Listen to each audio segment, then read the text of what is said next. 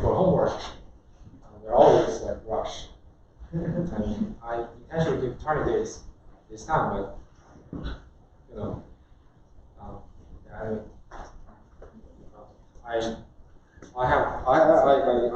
quite understand that because I'm some guy who did the rush when I was a grad student or undergrad student.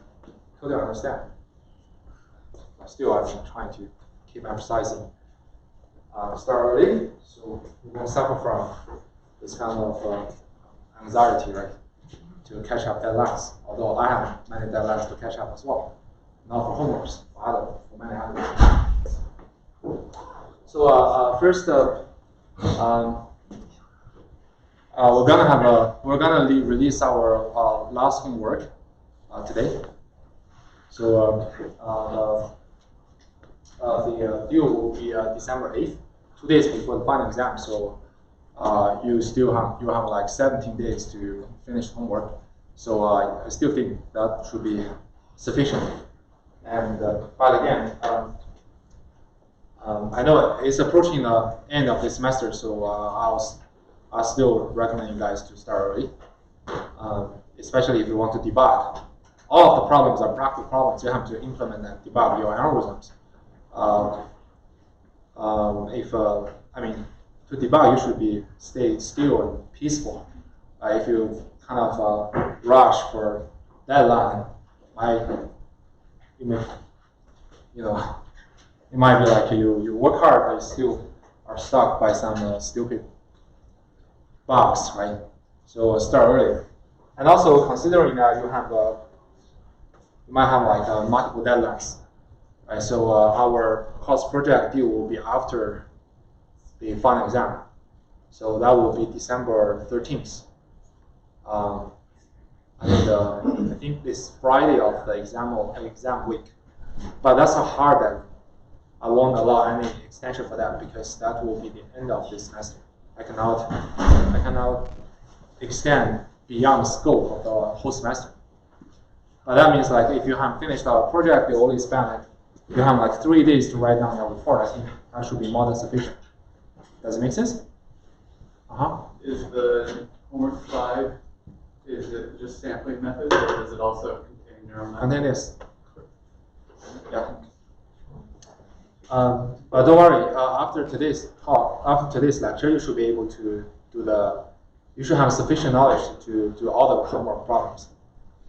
Right? But if you're ambitious enough, like there is another bonus question to do even more larger scale Bayesian neural network problem for the classical and mixed data set. So if you're addicted to neural networks, welcome to do that. I'm more than happy to see anyone doing this. Any other question? Suppose we have like bonus points from homework 0 to 4. Is it going to be applied towards the total or? Yeah, of course. Otherwise, what's the usage of the bonus point? Yeah. So like we know from the syllabus, you might have noticed that like your homework assignments will take 50%, right? That means like you can. That means like the total number, say the 5 or 6 whatever homeworks, right? The total number of the points that might be 500. It will be converted into 50 points because we're going to have 100 points in total, right? But if the original point is 500, you divide it by 10, you get 50, right? But if you have an extra bonus point, say you have 600, and then we still divide it by 10, you get 60 points. So that's how it is reflected in the final grade. Does it make sense? Any other question? So that means if we have enough points in our homework, so no matter what we can find. Yeah, if you want to make such kind of choice, and if you're confident that you can skip the final exam and you still get an A, that's fine. It's your choice. I won't count whether you'll come or not. But don't blame me not notifying you to attend the exam. If you intentionally want to skip the final exam, it's your choice. Any other question?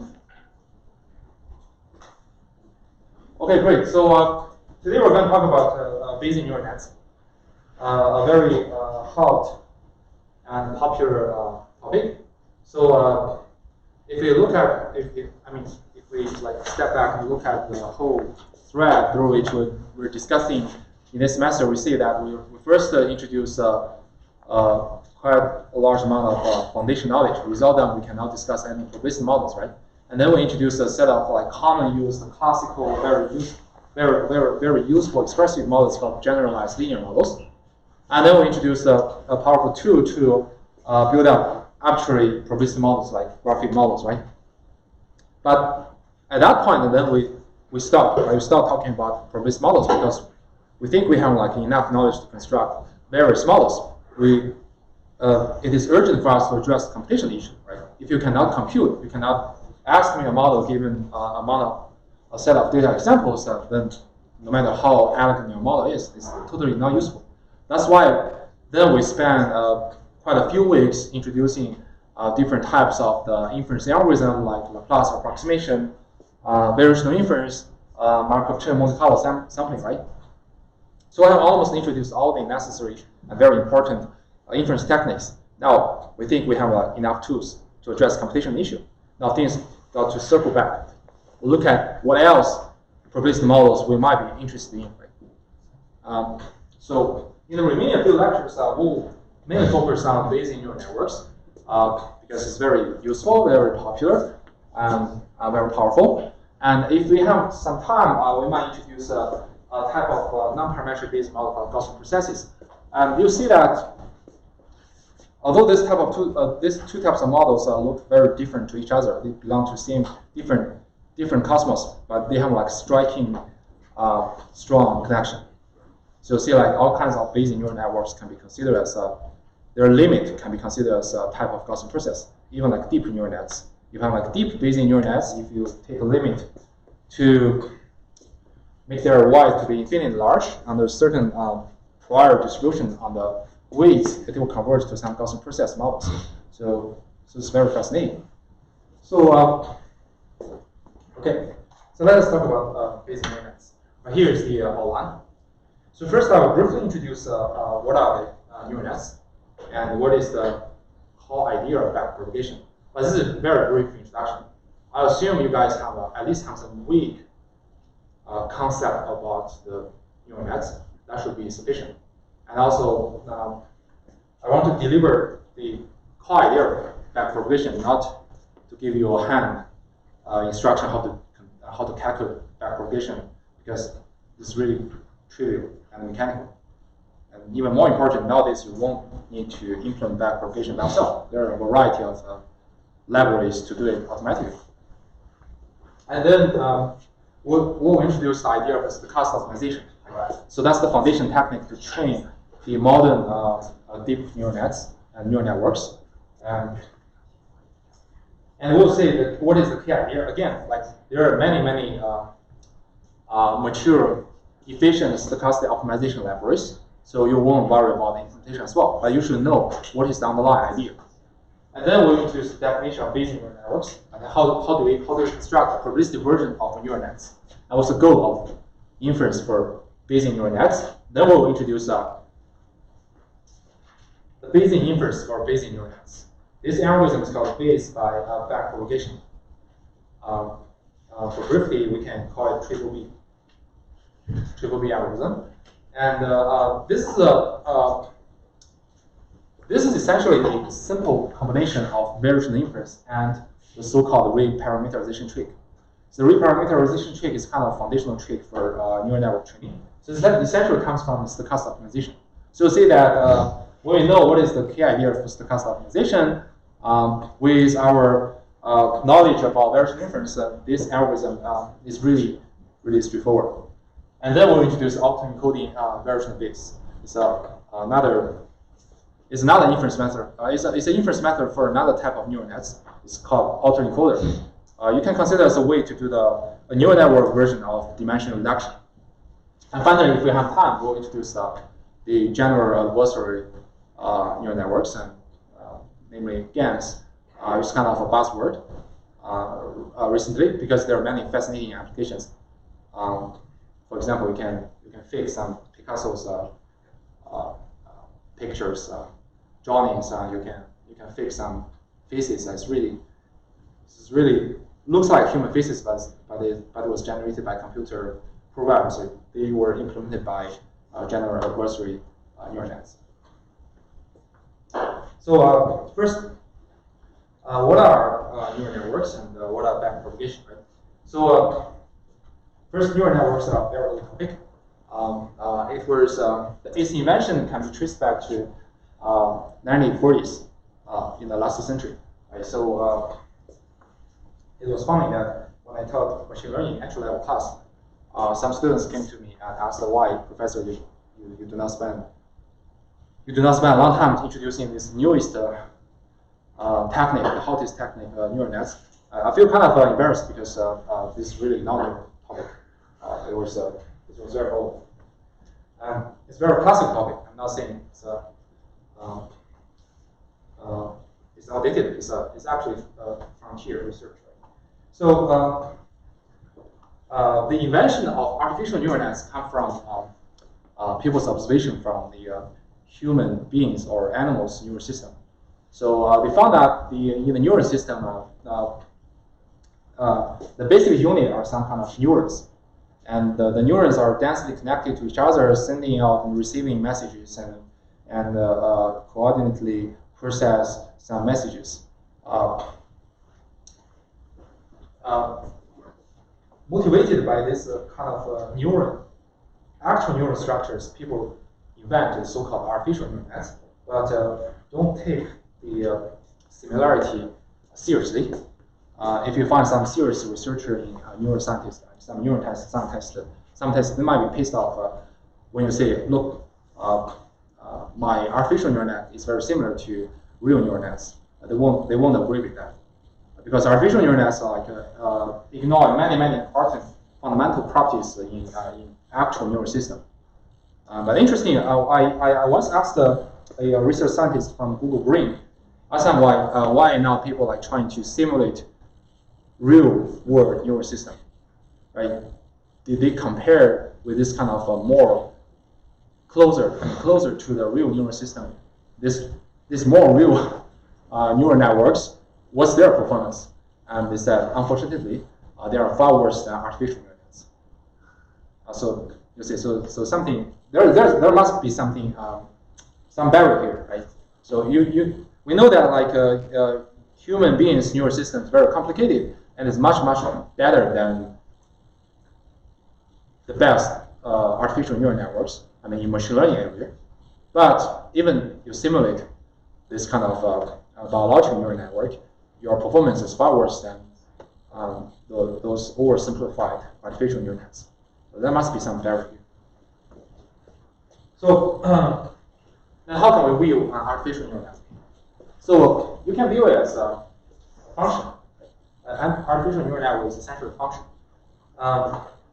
which converts the inputs to outputs defined by some directed aesthetic part. Right? So it's kind of similar to basic network. In other words, you can consider a neural network as a special type of basic network. So in this special graph, nodes, sometimes referred to as neurons, are organized in layers. That means we have a layer by layer structure. And nodes are connected between successive layers. And on the edges which connect nodes between different layers, we have associated weights.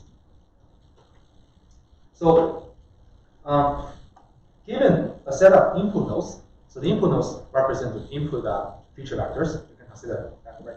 How can we calculate the output? So we're gonna first do a linear combination of the inputs or any node values from the last layer. After linear combination, we do an eigenwise nonlinear activation function. Then this output will be served as the node value of the next layer. So you can see from a linear transformation and nonlinear transformation, we get the node values, and the next layer. And next layer will serve as input and do the linear transformation and the element-wise nonlinear activation function. You get the next layer's node values. You do it layer by layer, and finally you reach the output. That's the basic idea. So to define a neural network, we need to specify the structure of the graph, namely how many layers are you going to choose, how many nodes are you going to use for each layer, and how those nodes between different layers, between successive layers are connected. And also you need to specify the activation function on each node, and also the edge weights. So the structure of the network is called architecture of the network. So typically you have to predefine architecture. And it's kind of part of the design for your neural network classifier called a regressor. But recently there's a kind of a research topic called meta-learning is trying to find out the best architecture of the neural network. And then given a specific architecture, training from data is essentially to identify those edge weights in the neural network. So here's a list of commonly used activation functions, like linear unit. Linear unit just means like I do nothing for after linear projection. And threshold unit, threshold and sign unit, you take sign of your linear projection, or sigmoid, right? Sigmoid, everybody is familiar with that. And rectified linear units, referred to as red loop. So it was proposed recently, probably 2020 or whatever, right? And then 10H. And there are many more activation functions in this system, right? But most commonly used are 10H, rectified linear, and sigmoid. So here's the one detailed example. So we have like a two-layer neural network. So this is the input layer. We do not count this layer, right? So we can see we have like 3 input variables, right? So that we have 3 nodes. Each node is associated with one input variable, and then we have one hidden layer. Right? We have one output layer. Of course, you can stack many hidden layers. Here is just one example, right? The definition is like this, right? For each node in a layer, right? Say like Z1, right? How do we get the value of Z1?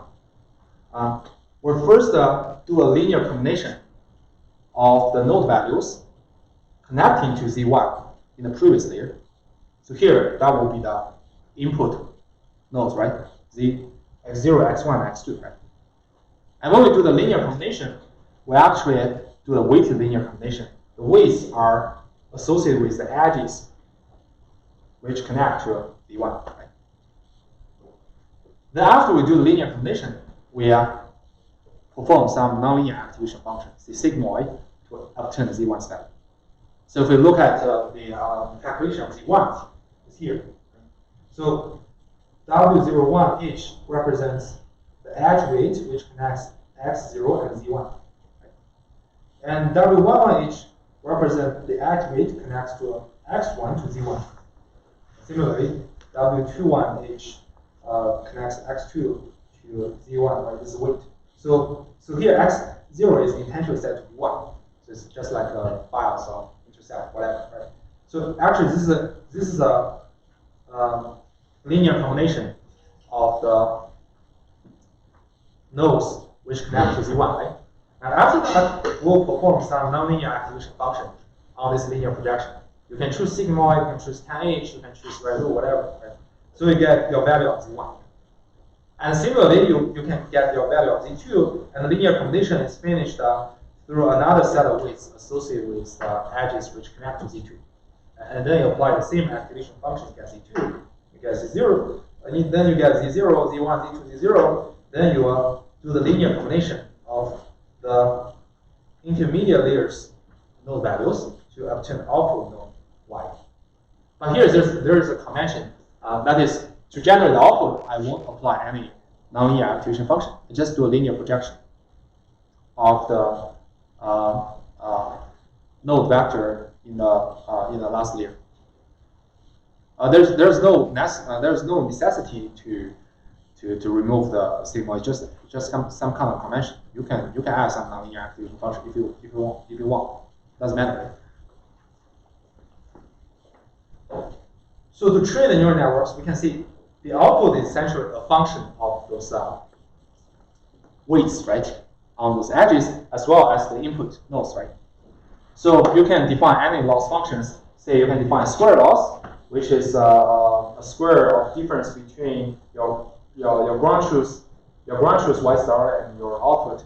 Then you calculate the gradient to update the edge weights. So that's the basic idea. But here, we will not draw many circles every time. As the convention for our class, we're going to use matrix and vector representations to be more succinct, right? So suppose we have an L layer neural network. So that means we have like layer 1, hidden layer 1, hidden layer 2 until the output layer. So that the input layer is considered as layer 0. So it's not counted, right? It's not counted. So we have like in total, if you really count the input as one separate layer, you have an L plus 1 layer. But here, layer 1 just represents the first hidden layer. Layer 2 represents the second hidden layer. So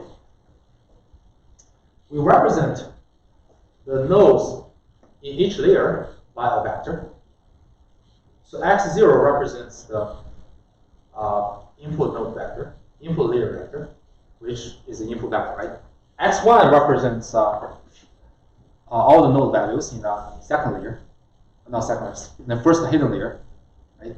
x2 represents all the node values in the second layer, and until xl, because we assume it's an L layer, right? xl represents output vector, right? And then how do we represent the mapping from every layer to the next layer? Suppose we now look at the jth layer, right? xj represents the node vector for the jth layer, right? To obtain the jth layer, I'm gonna first do a linear transformation on the node vector from the previous layer, xj minus 1, right? So to do the linear transformation, we essentially multiply xj minus 1 by a transformation matrix or projection matrix wj, right? And then we perform some anonymized activation function over the projection. Then we get our node vector for the jth layer. So just do it layer by layer, right? And until we reach the output layer, that's the final layer, XL, and according to the tradition, we won't apply the nonlinear activation function after linear projection. So our output layer is simply a linear projection, a linear transformation of the second to last layer node vector. Does that make sense? Right? And here, again, like whenever when we talk about matrix vector representations, we should keep in mind their size. Their sizes must be matched, right? Must match, right? So we can denote the input dimension by d0, and then the first layer's node vector is dimensioned by d1, and output dimension by dl, right? So you can imagine x0 is d0 by 1, x1 is d1 by 1, xl minus 1 is dl minus 1 by 1, and xl is dl dimensional output. Then the projection matrix for each layer, right? So the projection matrix for the jth layer, which is denoted by wj, will be a matrix of the dj multiplied dj by dj minus 1, right? Is everybody comfortable? Right. So that's how we're gonna represent our neural networks. And then our model parameters, namely neural network parameters, all the weights associated with those edges can be represented by L projection matrices, right? W1, W2 to WL, and we can uses Italian W to represent the set of W. And we can also, so we denote the output is actually a function of both the edge widths and the input layer x0, right? So you can write it as a recursive way. You're first doing, because it's the last layer, you just apply linear projection. And then projection of the second last layer's node vector, which is essentially obtained by sigmoid, not sigmoid, some nonlinear activation function over the linear projection of the node vector in the third last layer. Right? And you do it again and again until you reach the input layer, which is which we have to perform some linear projection on the input layer and then perform some nonlinear activation function element wisely.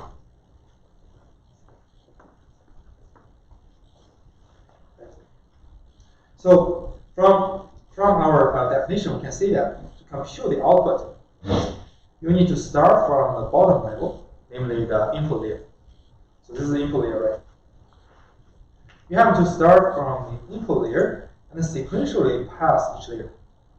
I have to start from x0 and do the linear projection, element wisely nonlinear activation function get x1, right?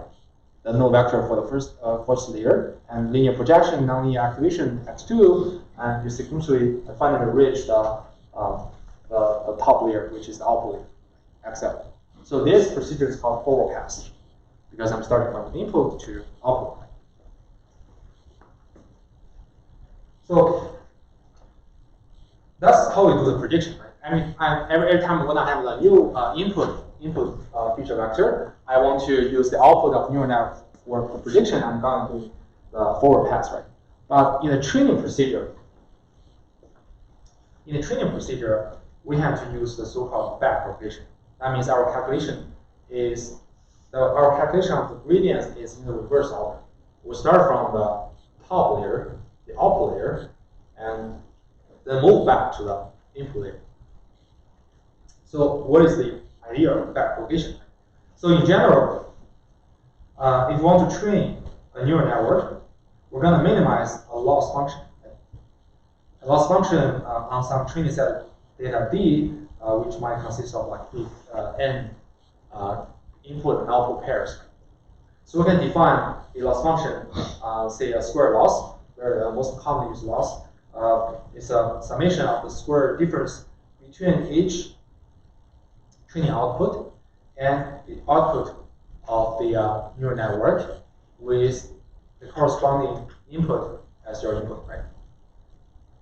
And then we just minimize this loss function with respect to your neural network weights. Right? The key idea is that how can we efficiently compute the gradient with respect to the neural network weights, right? So the back propagation essentially uses chain rule to efficiently calculate the gradient of the loss function with respect to each projection matrix in all the layers of your neural network. How can we do that? Suppose this is your loss function, right? For any data, say the input is x0, we will compute it. We know that we do the forward pass. We're starting from x0, that's the input layer, right?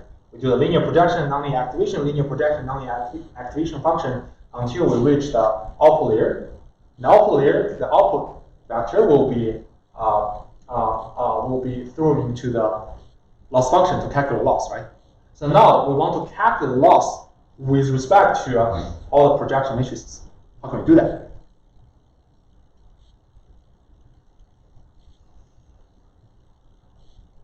An idea?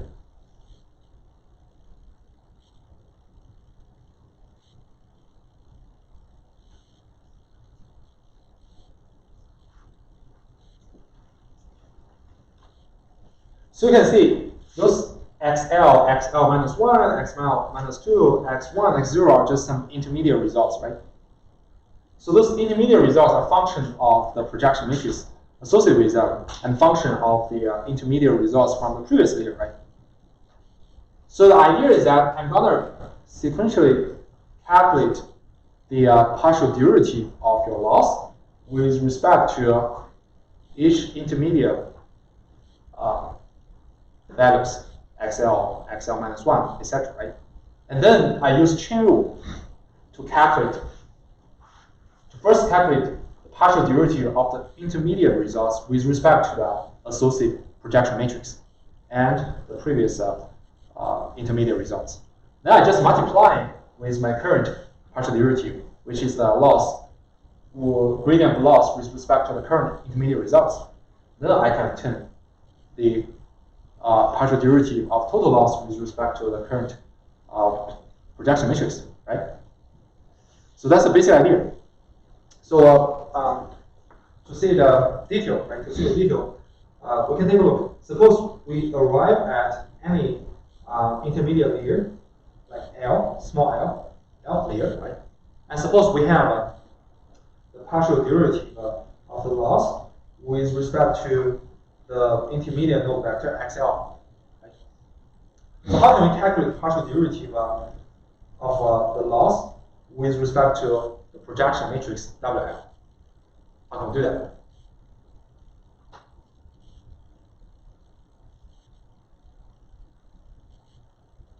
From our definition, we know that XL itself is essentially a function of WL, right? And XL minus 1. So it is a linear projection of the node vector in L minus 1's level. So the linear projection is fulfilled by multiplying XL minus 1 with this projection matrix WL, right? Then you do some parameterized nonlinear activation function. So this is a function. XL is a function of WL and XL minus 1, right? So now we have the partial derivative of your loss function with respect to XL, right? And we can easily calculate the partial derivative of XL with respect to WL. So now just multiply them together. We get the partial derivative of the loss with respect to WL.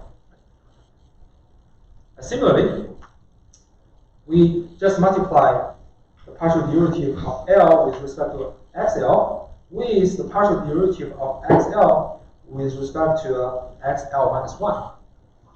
This is a chain rule, right? I get the partial derivative of the loss with respect to XL minus 1. That is node vector for the previous layer. And we can do it continuously, right? With this in hand, we can multiply the partial derivative of XL minus 1 with WL minus 1, multiply with this partial derivative, we get the partial derivative of loss with respect to the projection matrix in the previous layer, right? In an even lower layer, right? We do it from the root, from the top to the bottom until we reach the input layer. Then we'll get the partial derivative of the loss with respect to every projection matrix across all the layers. Does it make sense? Okay. So during the computation, you have to catch the intermediate partial derivatives. You do not need to calculate them from scratch, right? As long as you catch them, then apply the chain rule. The chain rule to calculate the partial derivative of each intermediate node vector with respect to the corresponding projection matrix and the previous node vector is relatively easy. And just multiply with the current catch the result, I can obtain the partial derivative of the total loss with respect to the projection and the intermediate node vector in the next layer, right? Does it make sense? I mean, high level, everybody is comfortable, right? If you have any questions, just let me know. Because I just want you guys to sense that idea. So nothing special, it's just chain rule. But this is different from the original back propagation. The original back propagation is not like this. It's more complicated than that. But nowadays, people just abandon those original back propagation developed like in 1980s. Because they're complicated, but they're not better than this Okay. So we will not discuss the detail because it is trivial and mechanical. And nowadays, it's even more important reason that nowadays you never need to implement back propagation by yourself. There are a variety of automatic differentiation libraries like TensorFlow, PyTorch, will do this automatically for you. So don't waste your time to, unless you're really interested to do that. And welcome to join my intro-level machine learning class. Everybody is required to implement that propagation by itself. Okay, so this is a brief introduction of neural nets. I think I have delivered the key idea. And then let us introduce another fundamental technique to train neural networks. It's called stochastic optimization.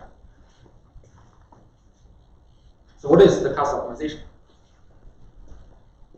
Suppose we want to optimize an objective function.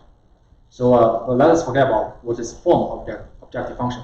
But if you can derive or you can arrange your objective function to make it can be viewed as an expectation, then we can it will be very convenient for us to do the optimization. So suppose theta are just our model parameters.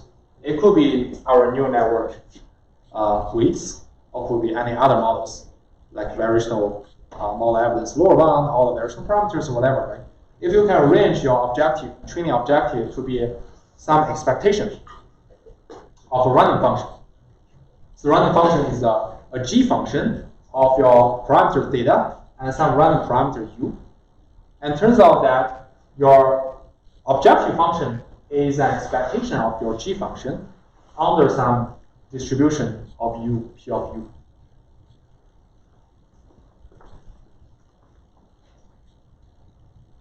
And this distribution is kind of constant to our interested parameter theta. Then we can compute a stochastic gradient for this objective to perform the stochastic optimization. How? If you take a look at the gradient for your objective function, that is, take gradient of this L function, right? So it is gradient of this expectation. Under mild conditions, you actually can switch the position of your gradient and expectation.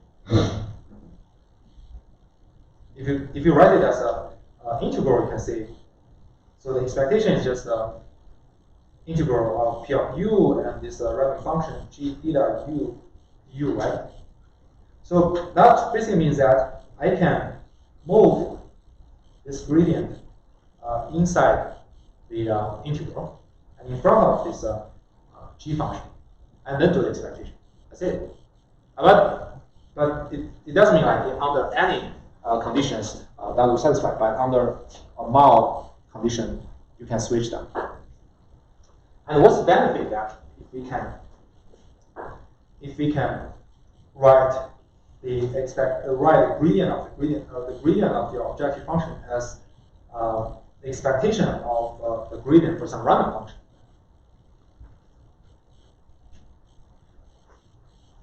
The benefit is that we can, instead of calculating the actual gradient, we can calculate the gradient of this random function and use this gradient to update your model parameters. And because this gradient is random, right? Because u is a random variable, so the gradient of this g function is a random function. We call it stochastic gradient. So what is the general recipe to conduct stochastic optimization? So here are the algorithmic framework. So first we're going to initialize our model parameters, typically in a random way, or I can simply initialize them to be 0. And then we're going through many iterations. In each iteration, I will first randomly sample u from the distribution p of u. So p of u is the expectation under which we take. And then we calculate the stochastic gradient, which is the derivative or partial gradient of this g function with u and with respect to theta. So this is the stochastic gradient. And then we update our model parameter data by subtracting theta with this stochastic gradient multiplied with some step size denoted by gamma t. Sometimes this gamma t, not sometimes, people usually refer this gamma t as learning rate. That's it. So next time, we just random sample another u and plug it into our g function, take the gradient with respect to theta, you get another stochastic gradient, right? And then you update with your learning rate again. You do it again and again until the maximum number of iterations are finished or some stopping criterion is met. Then we return theta. That's the stochastic optimization. So you mentioned that only under certain conditions we can switch the gradient and have what conditions are those? I cannot recite the conditions, but I can send you the reference. There are some special conditions to show you, and there's some kind of requirement for the distribution of u. It must be bounded. Sorry, I forgot. It's kind of like u squared moment of some second order moment must be bounded to something. Any other question? Okay. So there's some theoretical guarantees about stochastic optimization, and we can show that in theory with enough iterations and with a particular schedule of your learning rates.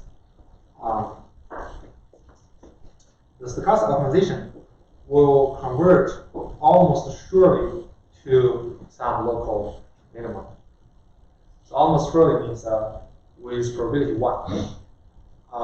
It's kind of a weird thing, but almost surely or converge with probability 1 does not mean must converge.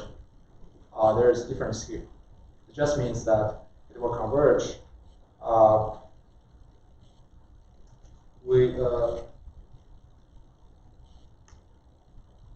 in a region that your probability you have non-zero probability region, because probability is measured. Does not mean like every region you have a non-zero probability. Like in a real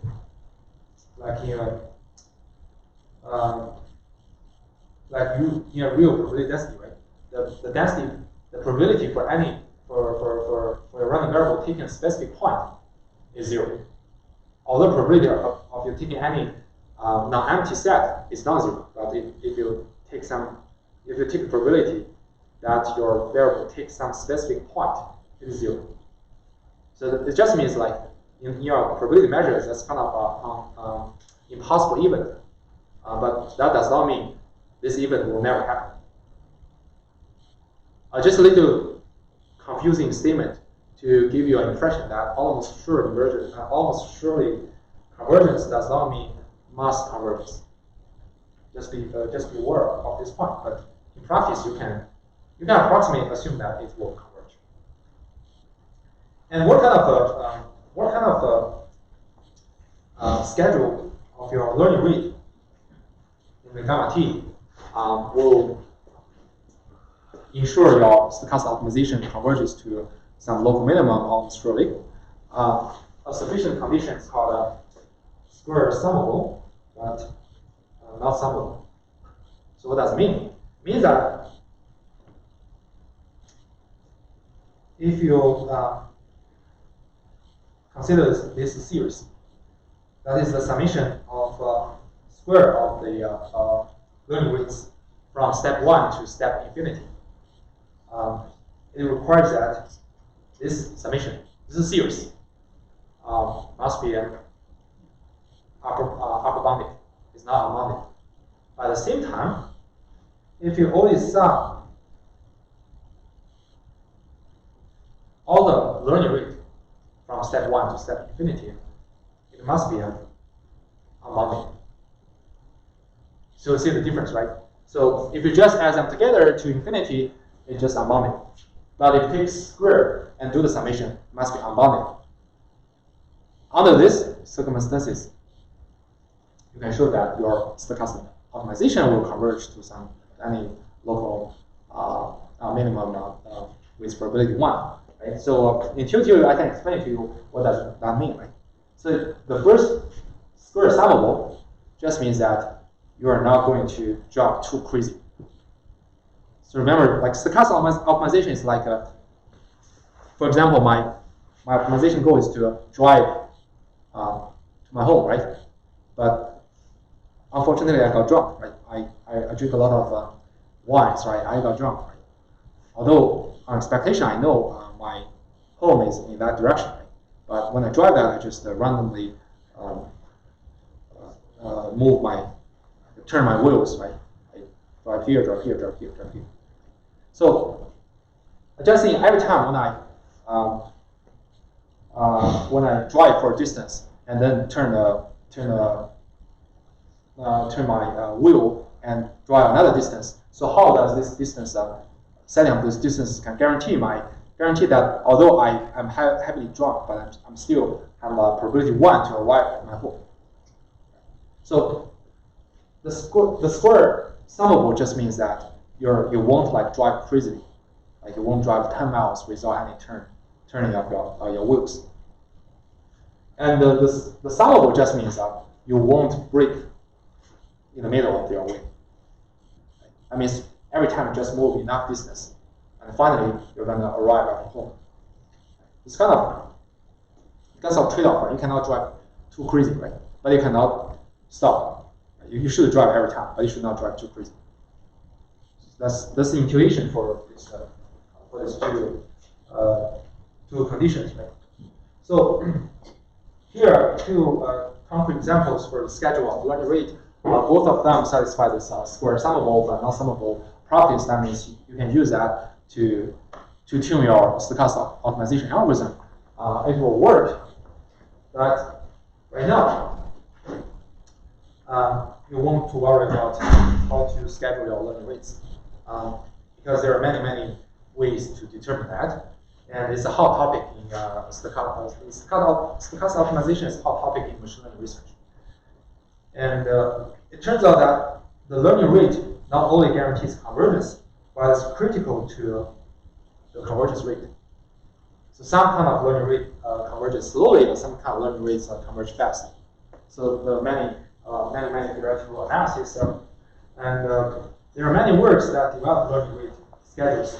So the mainstream is called momentum-based approaches, which is out of scope of our class. Just give you a fancy concept such that you can write that to anyone.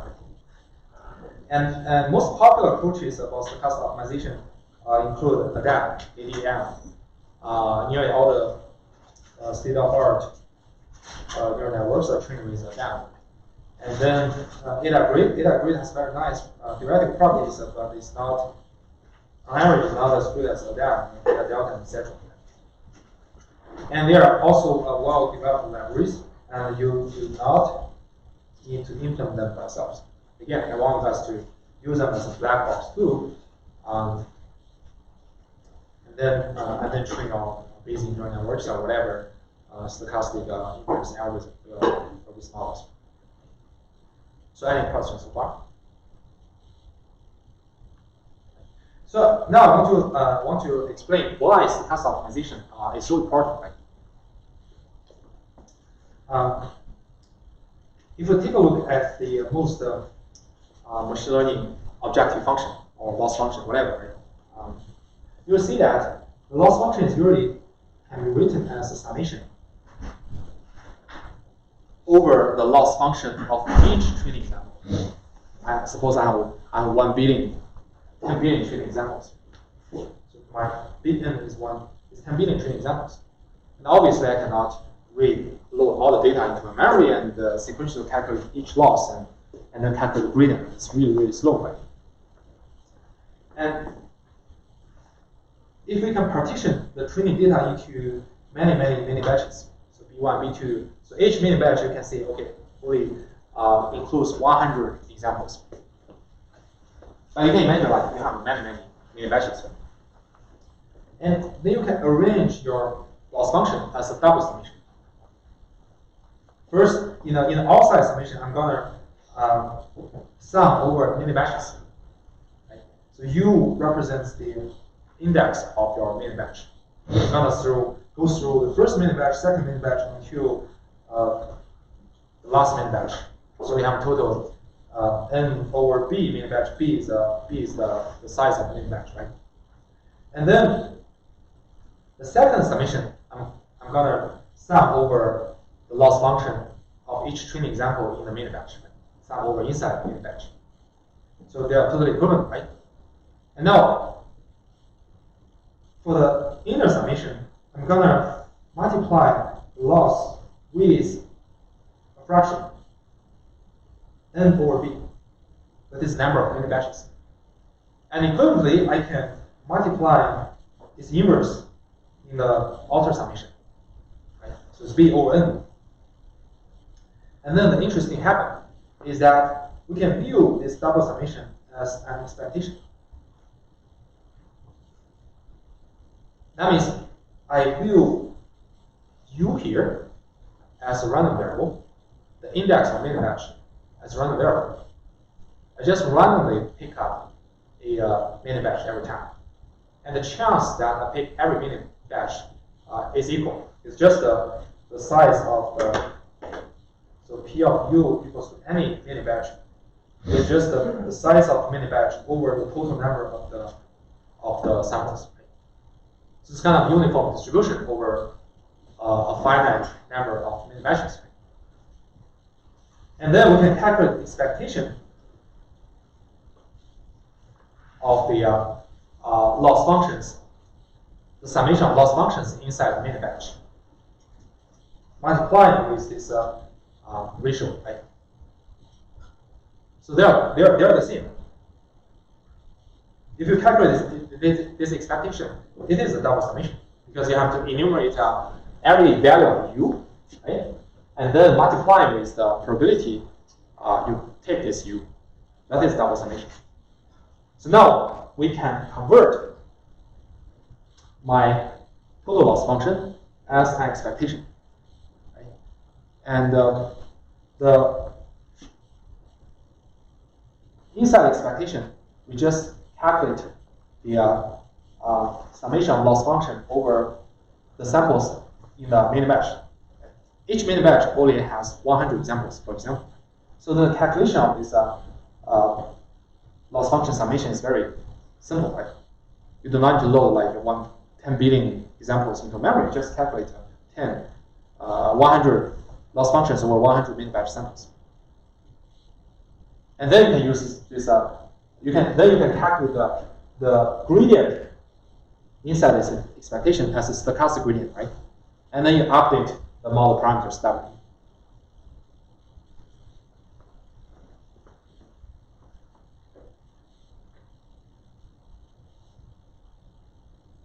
So you can see that by arrange the loss functions, we can convert it into an expectation term, right? So we can calculate the gradient inside the expectation as your stochastic gradient. Because the calculation of a stochastic gradient is only inside mini batch, which contains a few hundred samples. So the computational cost is largely reduced, right? Then we just apply the stochastic optimization framework, right? Every time I just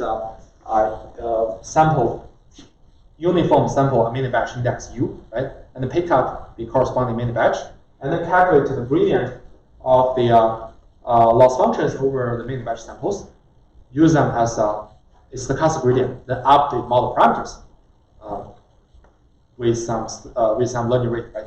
I do it continuously until we stop. That's how the modern neural networks are training. So any questions so far? Okay. So now let us look at what are the Bayesian neural networks. So they're essentially a probabilistic version of neural nets. So what is probabilistic models? We have to look at what parameters are random variables, right? So in our construction of Bayesian neural nets, we will view the neural net weights as random variables. That means we have to assign some prior distribution over the neural network weights, right? So this is again this is a neural network structure, and we have W1 projection matrix 1, W2 to WL. So we're gonna assign the prior for the projection matrix in each layer. And then, given the output of your neural network, which can be considered as a function of the projection matrices and also the input, right? I'm gonna use some distribution to generate the output, y and right. So you can use Gaussian distribution. Your output is a continuous variable, right? You can use Bernoulli distribution if your output is finite. All kinds of stuff we can apply here. So you can simply represent your Bayesian neural network with this graphic model. So first, I'm going to assign a prior over the neural network weights. And then, given the neural network weights and each example action, input example action, we do all kinds of linear, nonlinear, linear, nonlinear transformation.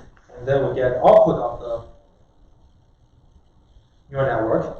And given this new output of neural network, we sample the observation of the output. That's it. Then your drawing probability in general, suppose you are giving like n data examples, right? So it can be written as the prior of your neural network weights and multiplying with the likelihood of each output given the neural network output. Any question? So now let us look at some detailed example, right? What kind of prior can we use to assign the projection weights, and what kind of likelihood can we use to sample the output y? So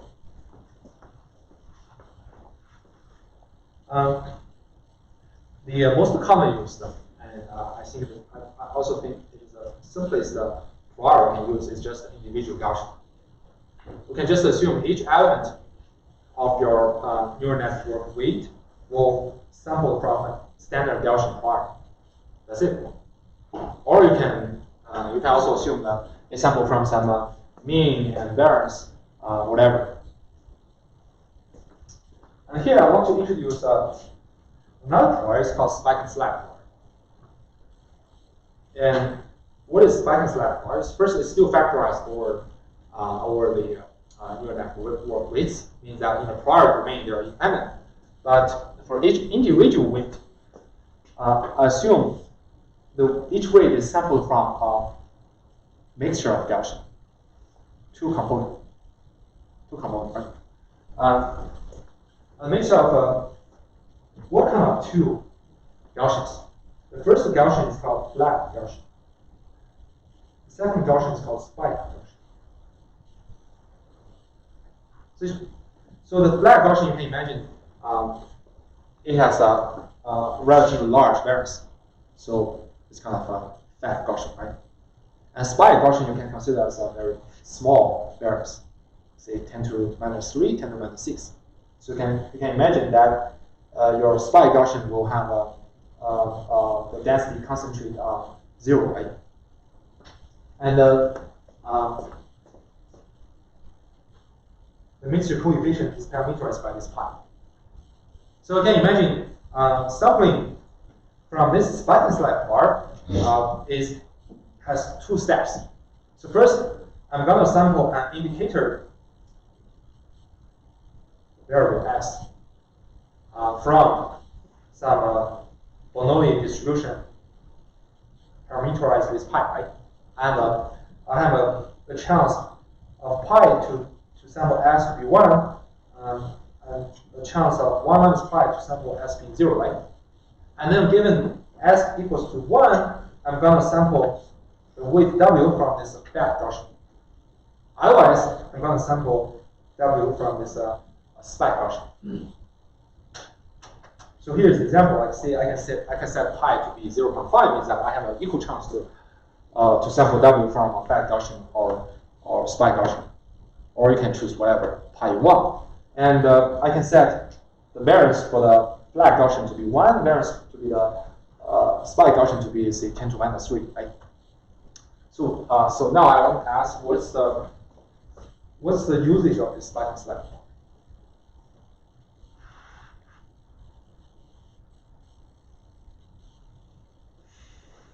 Why would we introduce this bimodal prior?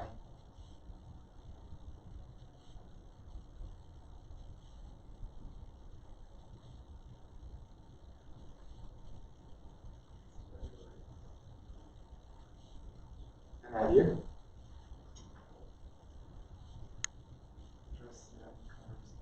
Yeah, why does it encourage sparsity? Yeah. From the prior information, you can see that if I just choose 0 pi equals 0.5, right? So you can see like conceptually half of the weights are surrounding this spike prior, means that they're concentrated around 0, right? So almost you can consider as 0. If the weights to be 0, that means they do not take any effect on the prediction in the neural network, right? It's actually prone the nodes in the neural network. So actually, spike and slab prior is kind of a very well-known prior in the Bayesian sparse learning.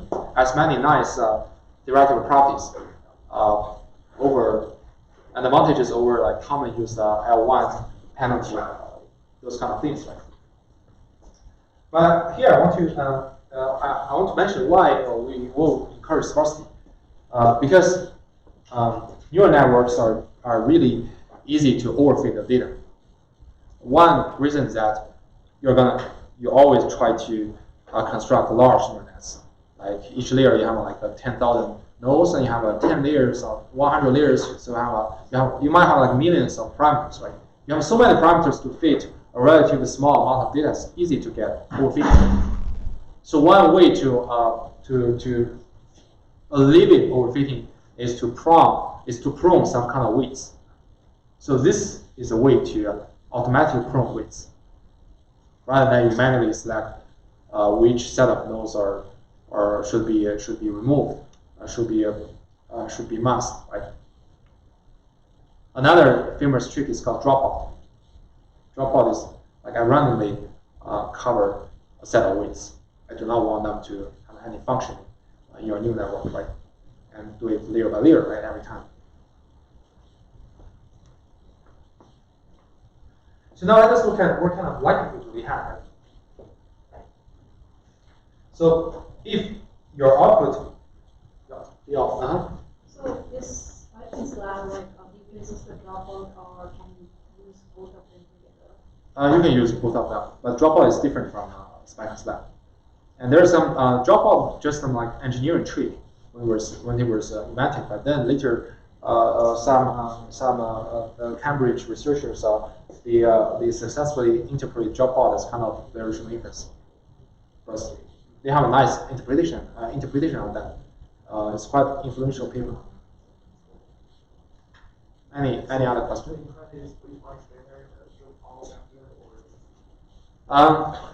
Unfortunately, in my experience, the dropout is not working that well. But I still believe it depends. And the paper I point to you, they claim that they are better than dropout. But it's based on a specific data set. Right? Otherwise, why Google has filed a patent for dropout? Any other question? So what are the advantages for the Bayesian neural nets over the non-Bayesian version? Because in the Bayesian version, I so many constraints to the weights.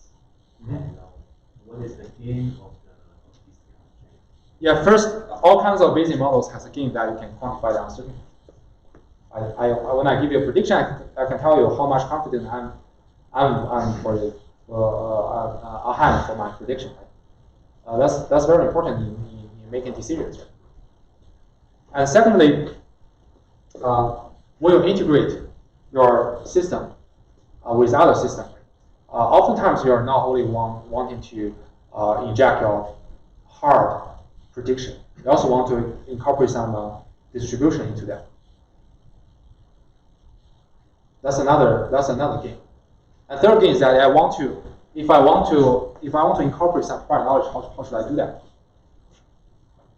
You can introduce a variety of regularization terms, but that is not a rigorous framework. That's not an integrated framework. Any other question? Okay, so like what we have discussed for the likelihoods before, right? So if we have a Gaussian, then we can use Gaussian likelihood. If I have continuous observations, if I have binary observations, we can use Bernoulli likelihood. Right?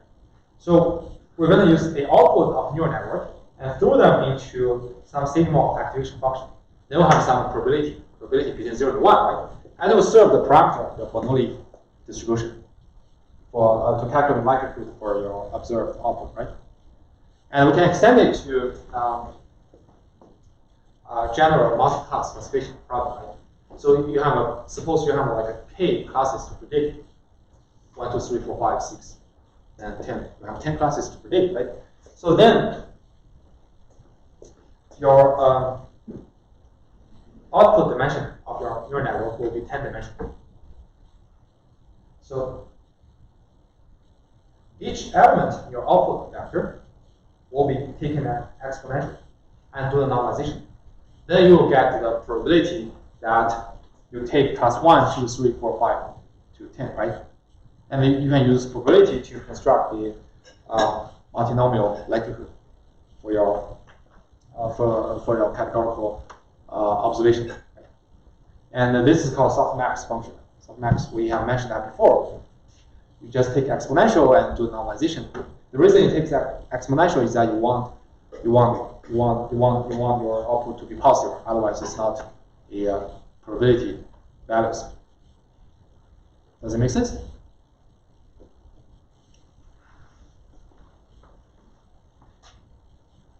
So now we have a probabilistic model on top of neural networks, right? So then what is the goal of our inference? Yeah, the same as all probabilistic models, right? We have two goals. First, we're going to estimate the posterior distribution of the neural network weights, right? That is, given the data, how can we estimate the posterior distribution of the weights, the projection matrices? And secondly, we want to estimate the predictive distribution. So like when we do logistic in the regression, the weights from the posterior, they had meaning, they had like context. But in the neural net, those weights would be interpretable in any way? Yeah, it's not interpretable, but we can still quantify the uncertainty. Like, for example, like if we use spike and slide plotter, and if we can see many weights, its posterior is concentrated at 0 with very small variance. That means after this training, we know we can probe those weights. Then we can see why we can probe those weights. Actually, it's kind of a quite popular one to assign sparse prior over the neural network weights to automatically probe a large number of weights. So you're using your posterior of the weights to refine your architecture. Yes, exactly. Yeah, you can probe all those nodes. You have a new architecture. You can retrain a model. So you iterate that process. That's one way of doing it. Right? Okay. Any other question?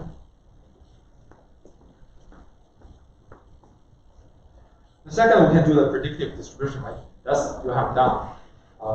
If you have finished your homework, you have done that before, right? So again, you need to integrate out your posterior weights, and you have your predictive likelihood. You have your likelihood to the test samples given the neural net output, and you need to marginalize out the weight. So you have to use the posterior distribution. So those are pretty much the setting of Bayesian neural nets. Any question so far? So is everybody comfortable? Okay. So now let us look at how can we achieve these two goals. Right? How can we estimate the posterior distribution of neural network weights? How can we calculate predictive distribution? That's our goal for inference. Right? So we're going to introduce the so-called Bayes by back propagation algorithm, which is essentially Bayesian inference combining with the reparameterization tree. So first, I would like to point out that you can use Hamiltonian sampling to do the inference. That's what we have discussed in the last lecture, right? And it's actually a golden standard to do that. And Raphael has proven the effectiveness of Hamiltonian sampling 20 years ago. It's really working well, but it's really, really slow. So to deal with like large data and to make it faster, we now switch to the Bayesian inference. So now I want to ask, if I want to do Bayesian inference, how can I do it? How do we conduct Bayesian inference for the Bayesian neural network?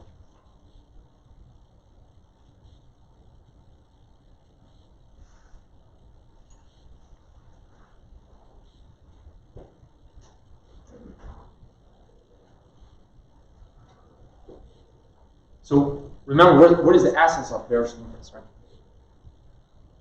What is the essence of Bayesian inference? You should have the high level on that. Yeah, because I might ask you to answer that in the final exam. What is the essence of Bayesian inference? So what's the general step to conduct Bayesian inference? What? Yeah. Yes, it's kind of YAM style, but what kind of YAM style?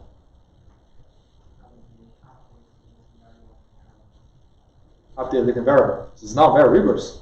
You have to specify an approximation family of your posterior distribution of the latent variables, right?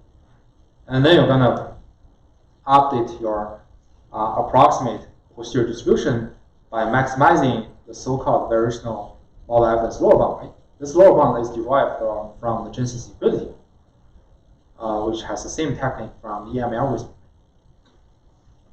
So we just follow the standard recipe. There's nothing different with any other probabilistic models for neural network. So first, we're going to introduce the variational posterior for the neural network weights, and then construct variational evidence lower bound. That's it. And for convenience, we usually choose fully factorized mean field. Fully factorized is mean field Gaussian posterior. That means I assume my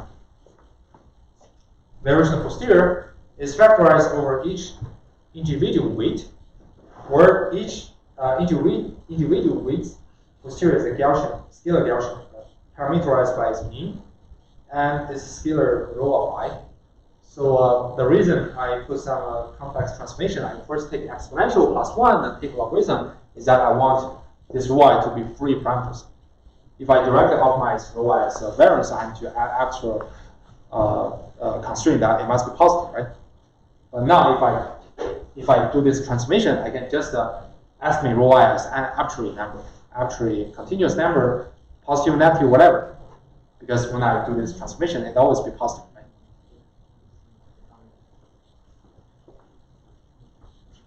And then my variational parameters actually are pairs of the mu I and the rho I for each individual weight in your neural network, right?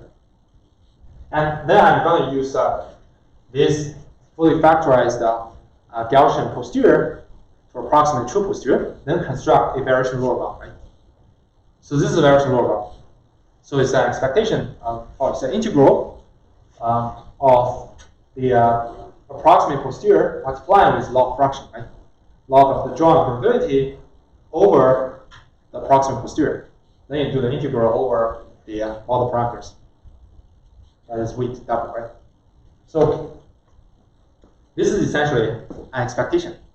So this is essentially an expectation of the log ratio of your joint probability and approximate posterior.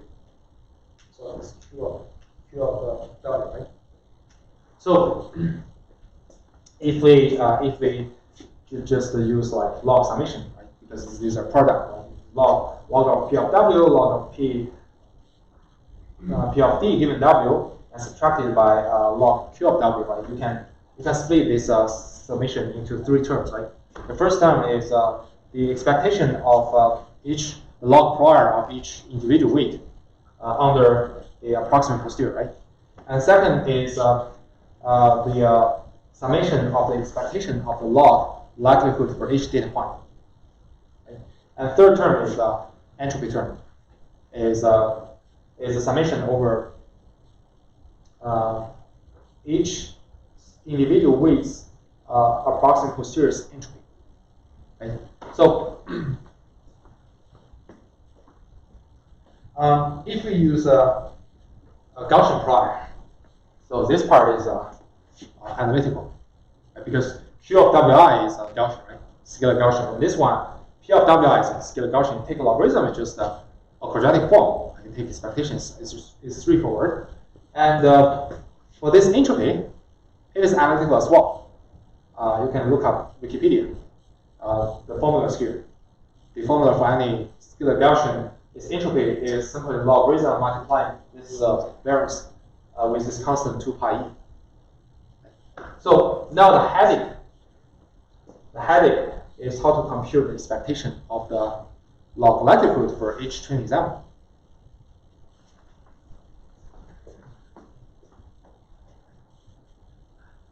Because inside each log likelihood, we have to involve the output of the neural network, right? So the output of neural network is a highly complicated nonlinear function of the neural network weights. So if you take expectation on that, you cannot imagine you can have some analytical form. That being said, you are not able to write down an explicit form for your whole variational model evidence lower bound. Then the question is how can we maximize the variational evidence lower bound, right?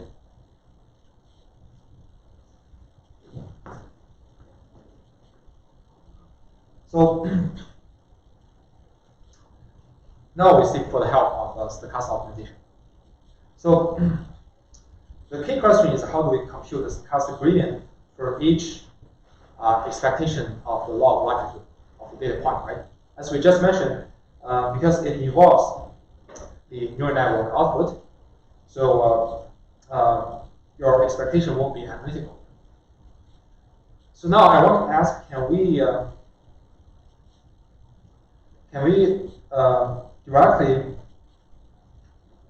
move the gradient inside the expectation, calculate so-called stochastic gradient? More specifically, like every time I just use current posterior to sample the W, and then plugging this W into the log likelihood and calculate gradient. Does it work?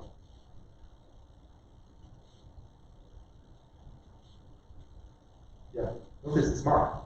It doesn't work. Why it doesn't work? The key reason is that the distribution, approximate distribution, on which you take expectation, also include the parameters. So if you take a look at this gradient, so you're taking gradient over this integral, right? So this integral you have to multiply the approximate posterior Q of W, which is parameterized by this various parameter theta, and then multiply with log likelihood, right? So you cannot move the gradient inside this integral and in front of this log likelihood. Why? You ignore the term Q W given theta, right? It is parameterized by theta. It's wrong. If you really want to do that, you will find your expectation will be 0. Why? Because this log likelihood actually does not contain any variational parameters. It just contains W. It does not contain any variational posterior mean and variance. So the gradient for this part is 0, and then you take expectation of 0 is just 0.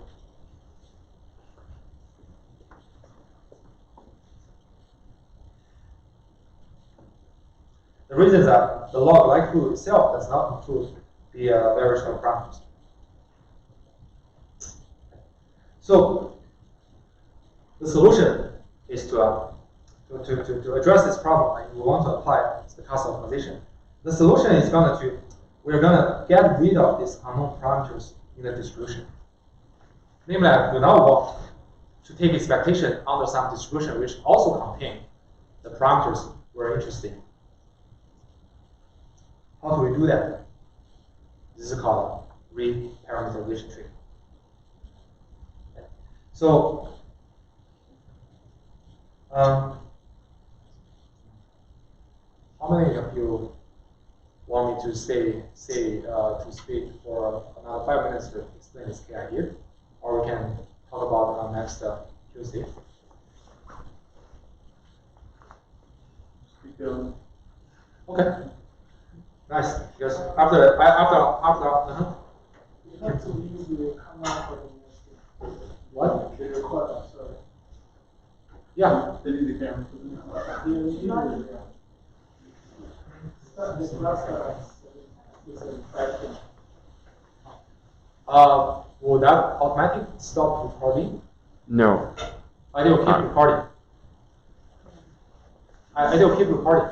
They need to take the camera to another class. The next one. Okay, that's fine. Okay, yeah, let's discuss the reparameterization trick in the next class. Because this is very important. I don't want you to rush for that.